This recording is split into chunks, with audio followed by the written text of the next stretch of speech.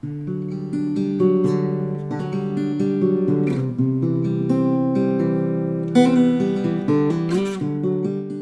and welcome to Straight to the Points.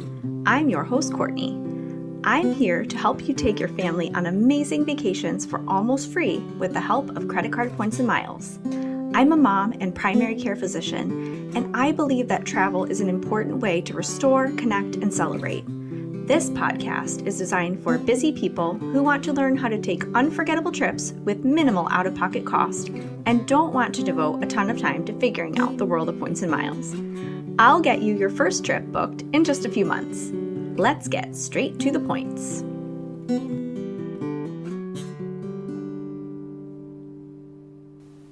Hi, and welcome to Straight to the Points.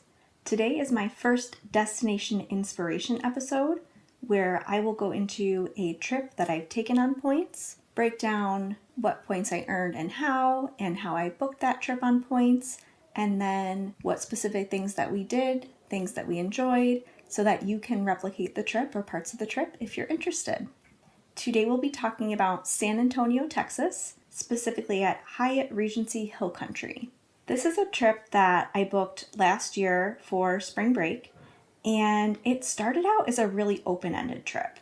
Some trips that you take with points and miles are very specific. We want to go to Disney World on these dates. This was not that type of trip. This was early on in my points journey, and I had accumulated a whole bunch of Chase and Hyatt points, knowing that I was going to be able to get great value from those points, but not knowing exactly where I wanted to go next. And so this trip started out really open-ended, me thinking, okay, where's a really awesome Hyatt family resort that we could go over spring break? And specifically, we were looking for a place where we could really mostly stay on resort and enjoy awesome food, perhaps a really nice pool, and with lots of activities for the kids. We had recently done some international trips, and so I was really looking for a trip that was very relaxing, where we could just show up and have all kinds of stuff to do without having to plan a big itinerary like we had in our international trips. I did some searching and I found Hyatt Regency Hill Country, and this was an awesome decision. I highly recommend this resort. This hotel is a Category 5 Hyatt, which means typically it will cost 20,000 Hyatt points a night for the regular rate, 17,000 points off-peak, and 23,000 points at peak. There are suites available as well, standard suites being 32,000 points a night during regular times, 29,000 off-peak, and 39,000 during peak times. We booked a standard suite, which was a king balcony suite, and it worked out to be 189,000 Hyatt points for 6 nights. The cash value of this booking, if we had booked the exact same room, was $9,069. We paid $0 in taxes and fees, which is how all Hyatt stays work. We also did not have to pay the resort fees, and that worked out to 4.8 cents per point for this redemption. The best part of this stay for me was that it was truly $0, that not even taxes and fees or resort fees had to be paid. And when we left this hotel, I got charged literally $0 for the entire stay, which is just incredible.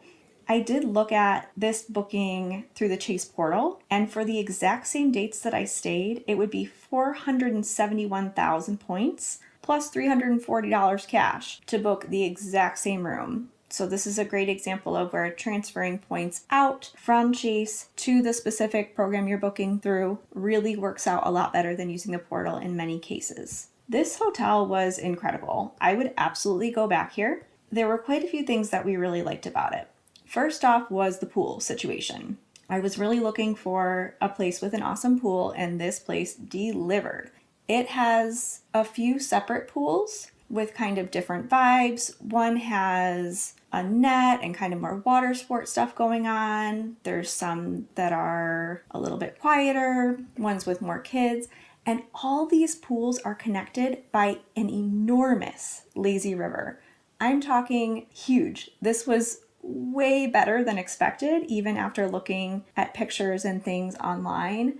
I cannot even explain to you how big this lazy river is and how beautiful. You could ride on this lazy river in an inner tube, and it kind of wound all the way around the big pool area in a very circuitous way. And it was all shady. There were all these trees around it and plants and things like that. And so versus, a typical amusement park lazy river where you're just kind of in full sun, this was really shaded and just beautiful and natural looking.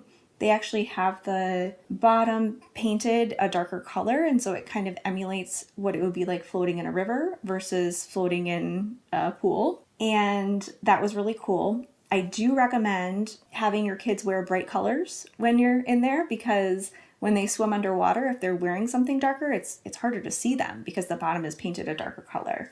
So in terms of safety, I felt a lot better when my kids were wearing bright colors. It took probably about 15 minutes to float through the entire thing. And we did this more times than I could count during our trip. Also attached to the lazy river was a sand beach, which of course wasn't a real beach, but they had an area that had a ton of sand that kids could use to play in, make sand castles. And that led to a 0 entry point to one of the pools that then connected to the lazy river. You could very easily sit on the beach and have your kids playing in the sand. You could also be floating in a tube in shallow water at that 0 entry point while your kids play in the sand and watch them. It was a really awesome place to be able to relax and have fun with the family. There were also a ton of activities available, which was really nice. Every day they had a wildlife feeding that could be done with the kids. There was also a session on the nature of the resort with a park ranger type figure for the resort. Every night they had s'mores set out at various fire pits through the resort. There were also crafts most day of the week. Those were paid typically, but very reasonably priced. My daughter did tie-dyed shirts one day, and I believe that was $15. And with that, you got the shirt itself, which was not just a plain t-shirt, but had Hyatt Regency Hill Country with their logo on it, and then you tie-dyed that shirt. So that made an awesome souvenir. And there was a version of some kind of craft like that pretty much every day. They also had tug of war, kickball, sandcastle building competitions with prizes awarded, all kinds of fun things for kids. Another thing that they had available several nights a week was a movie outside on the lawn where the family could sit and watch a movie outside. In terms of other activities that were available right at the resort is situated on a 27-hole golf course. There were also trails that could be used for walking or running. Board games were available. There is a fitness center, and you can also request to have fitness equipment brought to your room. So we had a really nice big balcony room, and I noticed in the Hyatt app that you could request fitness equipment, and so had some hand weights and a yoga mat brought up to my room, and I exercised right in the room that way on the balcony, which was very nice. There were also things like shuffleboard, billiards, and darts available at one of the restaurants, Charlie's Long Bar. Really many options for activities with the family that were right on property. There were also many options for food on property, and the food overall was good. There are 2 restaurants that are located outside in the pool and lazy river area, and both of those had solid food options, things like sandwiches, pizzas, salads. Overall, this food was decent. It was pretty much exactly what I would expect for resort pool food. It wasn't incredible, but it was also pretty good. And they did have some healthier options, like for example, you could get watermelon as a side or another fruit as a side for kids instead of French fries. Overall, pleased with the pool dining options. There was a restaurant called Springhouse Cafe, which was a buffet style. This is where the breakfast is held. They also have lunch and dinner there. For the dinner buffets, it's kind of a different theme each night. So one night was all Southern food, one night was barbecue. I don't remember the exact cost for adults. I think it was $35 for the dinner buffet. But the really nice thing about this is for children, they had the kids pay their age for the dinner buffet. They did also have a separate area of sort of classic kid foods each night at the buffet. Things like pizza, hot dogs, corn dogs, chicken tenders, French fries, and they could grab from that, but they also were able to grab any of the food from the adult buffet as well, included with their price per age, which I thought was really nice. There were several other restaurants in addition to those. Woodbine Bar was incredible. That was probably my favorite food at the resort. This is the bar that's in the lobby, and it's a two-sided bar, so it attaches to an enormous porch that then overlooks a big lawn where they do the movies at night and certain activities. The really nice thing about this bar, besides the incredible food, was that you could eat the food outside on that big porch, and then kids could run free while the adults were eating. So our favorite night at the resort was my husband and I ordered at the bar. We got a whole bunch of different hors d'oeuvres, things like sliders, really yummy goat cheese, several other hors d'oeuvre type things, all delicious. Ordered drinks. The kids had just wanted something simple for dinner. I think we got them Lunchables in the little convenience store type thing that was off of the lobby. They ate very quickly, and then they ran and played on the lawn with tons of other kids that were playing out there. And so we got to sit outside in the beautiful weather and enjoy our meal and drinks while our kids played, and we could really easily watch them. There were still a couple of other restaurants in addition to that. Charlie's Long Bar had shuffleboard, billiards, and darts, and had a lot of barbecue options. There was also a steakhouse. Really many food options available. The steakhouse, I believe, is a little bit higher end. We did not wind up going there. We tended to opt for more casual options. We ate quite a few meals down by the pool in the lazy river.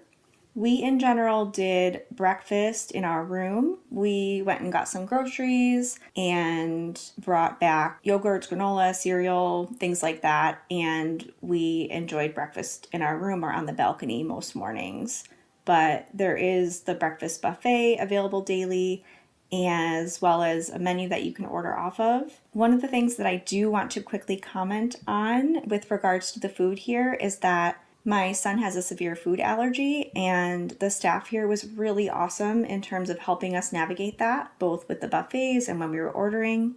I contacted the hotel ahead of time to get information on the allergens in the food at various restaurants there, and the customer service was amazing. I actually had the head people in dining at the resort call me after I sent the email, and he went through menus with me, went through specific things that would be okay for my son to eat, things to avoid, and he actually sent me pictures of all of the menus with certain things circled on them, just so it was really easy to know which things we could order and which things that we couldn't for him. He even asked me my son's favorite cereal so that he could get it for breakfast, because typically a lot of breakfast things contain egg, of course, and so he wanted to make sure there was something on property that he could get for breakfast that he liked if we did decide to do breakfast in one of the dining halls. We did, of course, then have to confirm each time we ordered that the thing we were ordering didn't contain egg, but the staff also was wonderful there with helping to check ingredients and make sure that he was safe with everything we were ordering. We felt really well cared for there in terms of the food allergy, and I would say the only place that we've had a better experience with navigating a food allergy is Disney World. They're really good at this. And so that was something that really helped us be able to enjoy our time there. We did spend the majority of our time at the resort on this trip, which was kind of our intention, but we did rent a car and we did do a couple of things off property. There is a gorgeous Japanese tea garden that you can visit in San Antonio, where you can walk around and see the beautiful garden. You can also get things like boba and other teas, as well as full meals at the restaurant that is next to it. We also went to Top Golf and did some golfing there and had a meal there. We checked out the San Antonio River Walk, which I definitely recommend. That is along the river that goes through the city and just has a huge concentration of shopping and restaurants and bars, and is really picturesque to just walk down and enjoy.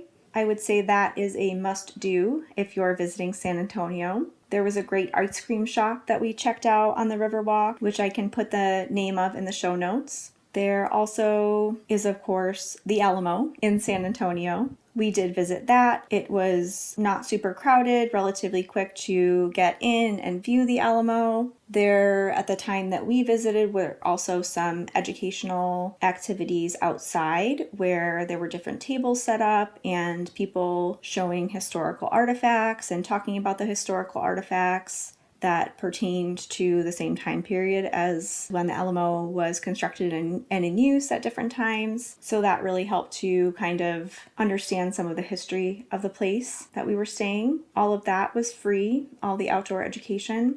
Hyatt Regency Hill Country is also located right next to SeaWorld. One of our plans for the trip was to visit SeaWorld for a day. Unfortunately, I completely failed on this and did not realize that in April, when we went, is still considered off-peak for SeaWorld, and they are actually not open every day. We were going to spend our last full day there at SeaWorld when I went to look up the opening time the night before we had planned to go, realized that it was closed. I think it was a Monday, and it looked like it was only open a few days a week during that time in April. So if you do go to San Antonio and you plan to go to SeaWorld, please look ahead and figure out which days they're open and which they're not, so you don't fail like me. We were able to do a pivot where we wound up doing more time at the resort with the lazy river and crafts and other activities provided by the resort, and had a great time, so it really wound up being totally okay. But just make sure you look at dates SeaWorld is open if you do plan to visit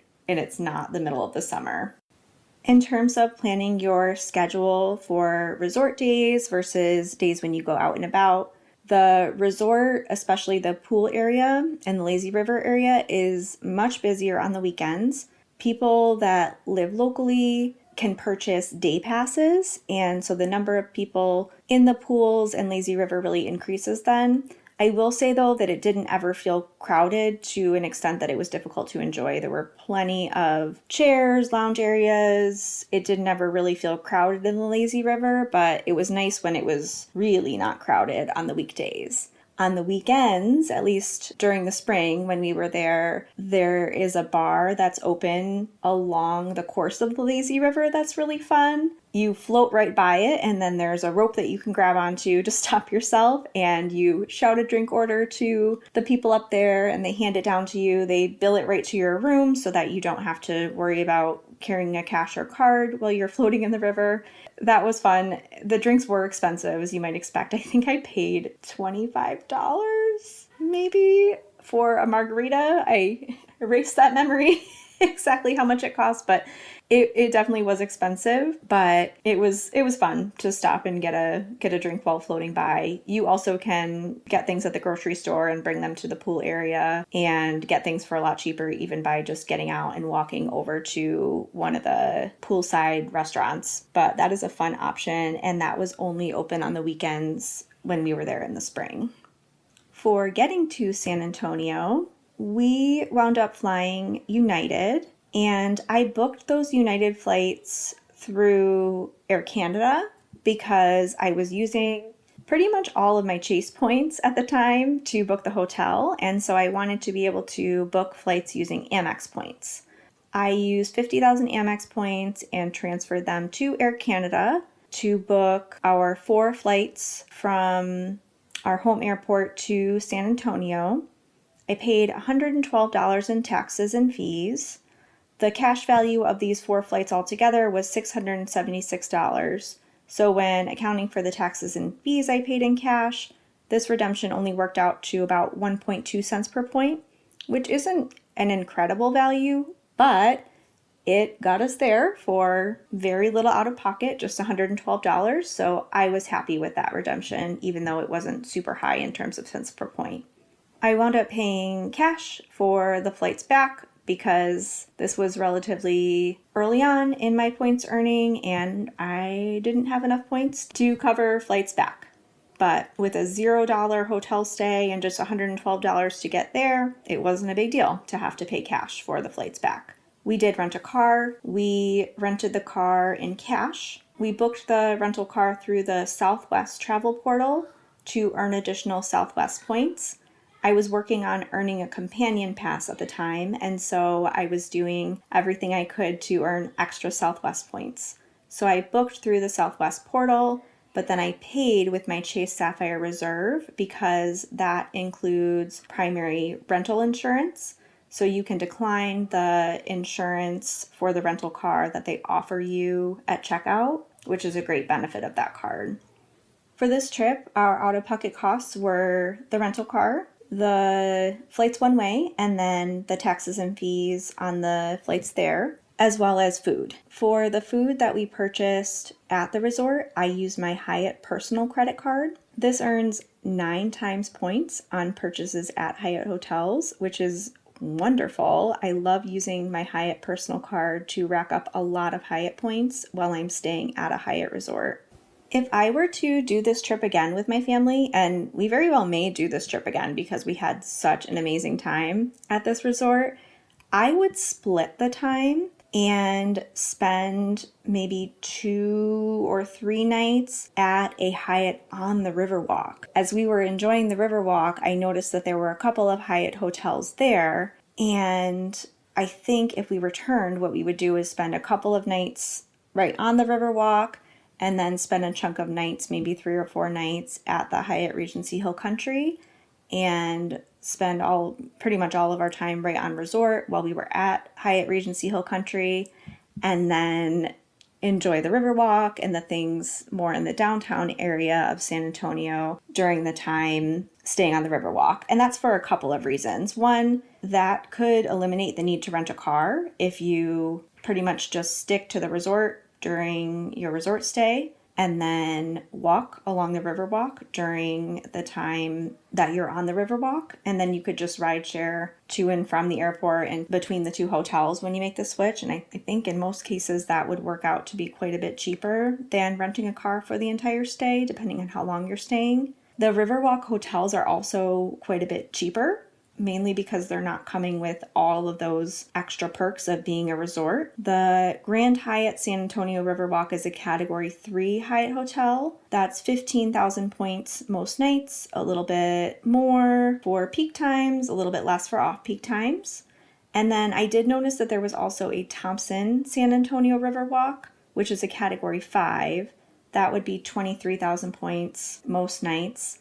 And then a Hyatt Place as well, which is also Category 3, so 15,000 points per night most nights. Hyatt Places specifically sleep 5 if you get a room with 2 queen beds. So it would be 2 queen beds plus a pull-out couch. So that's great for a larger family, only needing to get 1 room. With doing it this way, you could wind up spending quite a bit less in points by doing a lower category hotel like the Grand Hyatt for your time at the Riverwalk. And this would be a great use of Hyatt Category 1 through 4 free night certificates, which you get 1 each year with a Hyatt personal credit card.